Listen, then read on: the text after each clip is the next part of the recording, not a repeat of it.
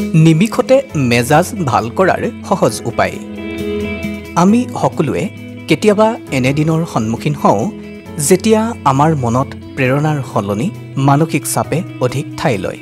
কিন্তু মানসিক স্বাস্থ্য বিশেষজ্ঞসকলৰ মতে ভাল অনুভৱ কৰিবলৈ ডাঙৰ পৰিৱৰ্তনৰ প্ৰয়োজন নাই। সৰু সৰু বিজ্ঞান সমৰ্থিত অভ্যাসে মাত্ৰ কেইমিনিটমানৰ ভিতৰতে আপোনাৰ মেজাজক উন্নীত কৰিব পাৰে। 3 মিনিটৰ সাধাৰণ গভীৰ উশাহ নিশাহৰ ব্যায়ামে স্নায়ুতন্ত্ৰক শান্ত কৰি স্পষ্টতা আনিব পাৰে।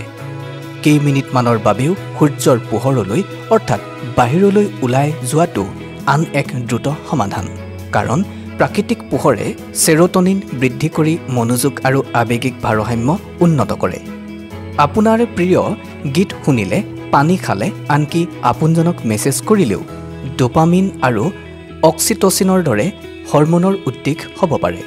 এই কাৰ্যসমূহে মানসিক চাপৰ হ্ৰাস কৰি আপোনাৰ মেজাজক পুনৰ গঠন কৰাত সহায় কৰে।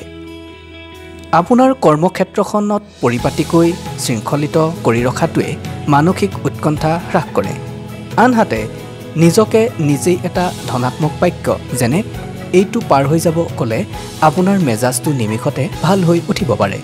এই ক্ষুদ্ৰ ক্ষুদ্ৰ কাৰ্যকলাপবোৰৰ বাবে বিশেষ সময় বা কষ্টৰ প্ৰয়োজন নহয়, যদিও ইয়াৰ বাস্তৱিক প্ৰভাৱ যথেষ্ট আছে। নিউজ ডেস্ক, নতুন সময়।